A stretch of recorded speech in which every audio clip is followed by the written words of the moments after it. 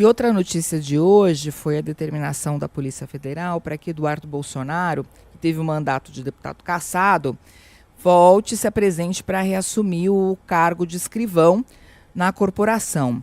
Você acha que essas decisões consolidam na parcela de direita da sociedade a impressão de que existe uma perseguição à família e também aos aliados de Bolsonaro?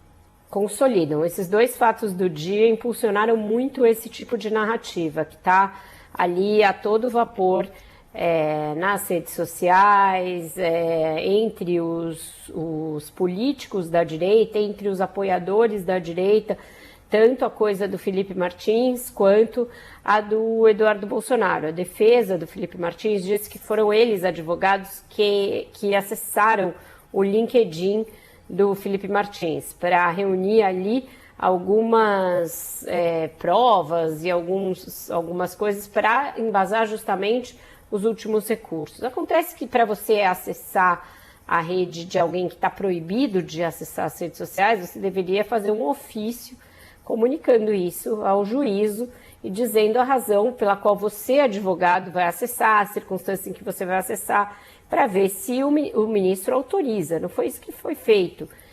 Apareceu um acesso, a Polícia Federal é que comunicou ao ministro e aí ele determinou a prisão domiciliar. Então parece que a todo momento eles tentam a sorte, vão esticando a corda para ver se a justiça reage ou não. Primeiro eles esticam a corda e depois se vitimizam. Essa é a dinâmica, né? Eduardo Bolsonaro, que agora está com essa intimação para reassumir o seu cargo de escrivão lá na delegacia da Polícia Federal em Angra dos Reis. O que ele fez ao longo do período todo em que ele está nos Estados Unidos? Vociferou contra a Câmara, que era a instituição na qual ele tinha um mandato, e contra a Polícia Federal. Xingou os delegados que cuidavam do caso, da trama golpista, fez ameaças a policiais federais, a delegados da Polícia Federal, tanto que tem uma série de procedimentos administrativos em relação a essas ameaças. Então é isso, é o período em que eles estão se sentindo mais ou menos salvaguardados, eles esticam a corda, aumentam o tom. Quando vem a reação das instituições, aí se dizem perseguidos, etc. Esse é o modus operandi de sempre do bolsonarismo.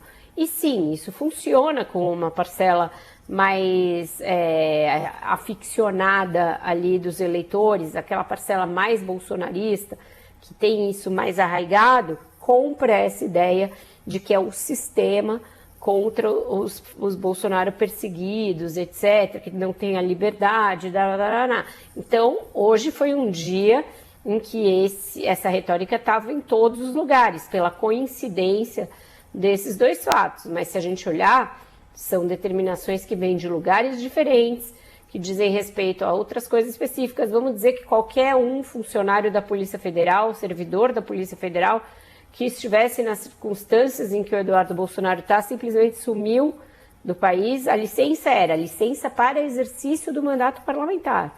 O mandato parlamentar não existe mais, a razão da licença também se exauriu. Então, qualquer que estivesse nessa situação seria oficiado a voltar e reassumir. Mas por que ele não pode voltar e reassumir? Porque lá dos Estados Unidos ele fez um monte de coisa que levou a Procuradoria-Geral da República a denunciá-lo para tentativa de coação no curso de um processo judicial. E ele é réu hoje em dia no curso desse processo e deverá ter a prisão decretada se voltar ao Brasil, preventiva. Então, é uma série de elementos que levam a essa situação em que ele está. Não é que ele seja um perseguido, ele cavou a situação na qual ele se encontra. Vai dar abandono de emprego, hein? E o prazo é de 30 dias consecutivos para exoneração nesse caso, né?